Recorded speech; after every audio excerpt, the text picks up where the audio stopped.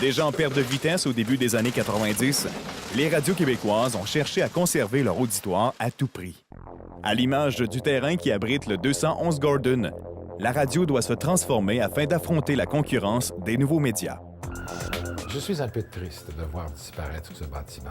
Vous savez, pour toutes sortes de raisons, parce que c'est raccroché à l'histoire d'un pays ou d'une province, on protège certains bâtiments. Pourquoi est-ce qu'on n'aurait pas pu protéger celui-ci? Quitte à ne garder qu'un étage pour que puisse être conservé en permanence un souvenir visuel sur place de ce qui s'est passé entre ces quatre murs. Ça aurait mérité au moins un étage et qu'on aurait dû garder cette bâtisse plutôt que de simplement la raser. La radio a changé un tout petit peu de vocation, a diminué ses coûts. Autrefois, c'était des radioromans, c'était des concerts symphoniques en direct. Là, c'est devenu, ça a passé, c'est devenu des disques qu'on faisait tourner, puis des émissions qui coûtaient beaucoup moins cher. Mais la radio a survécu. L'industrie de la radio n'est pas différente de n'importe quelle autre industrie. Quand vous aviez un propriétaire unique, une famille qui était propriétaire, la notion de profit était là quand même, là. On ne se comptera pas d'histoire.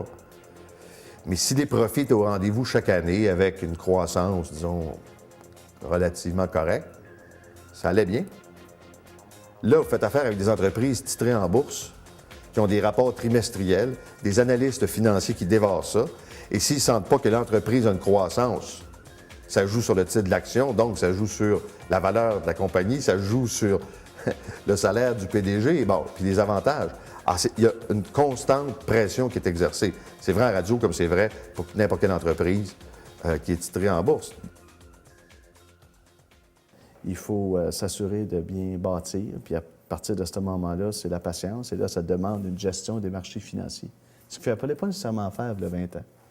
Alors, à partir de ce moment-là, ça amène autre chose. Maintenant, c'est le moment de passer le message de notre commanditaire.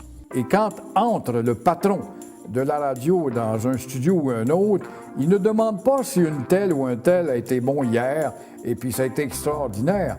Il va demander à son chef vendeur combien tu as vendu hier et il faudrait que tu vendes plus aujourd'hui parce qu'on a un pointage ou un objectif à atteindre.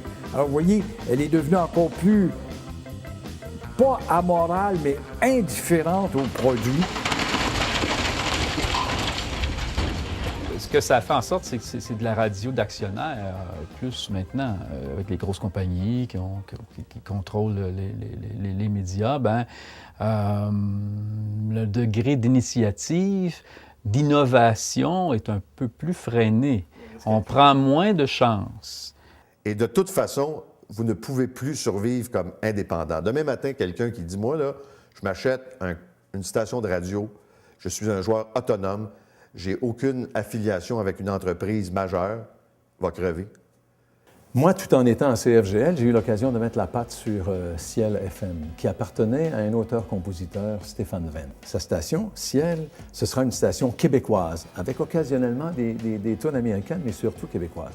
Moi, quand je l'ai acheté, je n'ai pas changé la vocation, je l'ai même renforcé la vocation, et j'ai dit que le diable m'emporte, on va diffuser en québécois, et je diffusais jusqu'à 80 % de musique québécoise sur cette antenne-là, avec 20 % de musique française, très peu de musique américaine. J'ai essayé ça et j'ai été propriétaire de Ciel pendant 22 ans. Je n'ai jamais fait un seul sou de profit avec Ciel. Quand vous rentrez dans une agence de publicité en disant « je suis propriétaire de », comme Astral, Chaume, je suis propriétaire de Mix 96, je suis propriétaire de Énergie, je suis propriétaire de Rock Détente. Le fric, s'il vous plaît. Après ça, Chorus va passer, je suis propriétaire de 98.5, je suis propriétaire de C'est quoi, Q92, CKC, Info 690, 940, s'il vous plaît, par ici. Cogeco, ben moi, j'hérite. Quand tout ce monde-là est passé, il reste quoi pour un indépendant? Il reste rien. À moins d'être un philanthrope et dire, ben moi, je m'amuse avec ça. Mais bon, c'est pas réaliste. Bon, là, on se donne un objectif, 3 Bon, là, il faut atteindre 3 coûte que coûte. Puis là, ben, les patrons secondaires refilent la pression à leurs employés qui refilent la pression. Bon, à un moment donné, peut-être qu'il y a un plafond, là aussi, qui doit être atteint et que peut-être qu'on devrait penser un peu plus light dans ces entreprises-là aussi. Puis c'est sûr qu'il y a des artisans qui vivent des fois un headline avec le nom de ta compagnie qui va dire les résultats escomptés ne sont pas là, etc., etc. Puis les compagnies sont mélangées avec... il y a des compagnies qui ont des télés spécialisées, ils ont aussi des livres qu'ils produisent. Alors c'est marqué...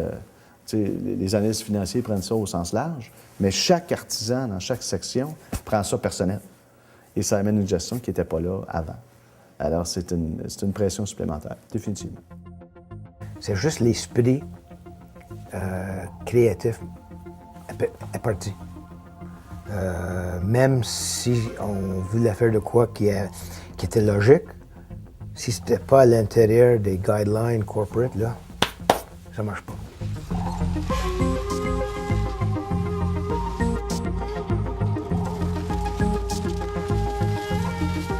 Qui dit créativité, qui dit chance. Hein? Si on veut créer, il faut tenter. Alors, il y a un peu de l'antithèse à l'intérieur de ça. Quand on réduit la marge créative, bien, on veut minimiser le risque au bout de la ligne. Alors, ce qui fait que tout le monde se ressemble un peu. Il y a moins d'expérimentation qui se fait à la radio commerciale maintenant. Rentre dans une station de radio et parle à tous les individus qui sont près du contenu. Ils ont tout un projet en dehors de la station.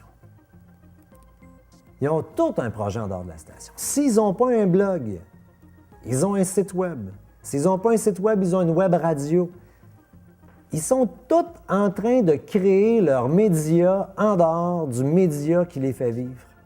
J'en connais pas des gens qui sont dans les médias qui n'en ont pas des projets à l'extérieur. Je parle de la radio particulièrement.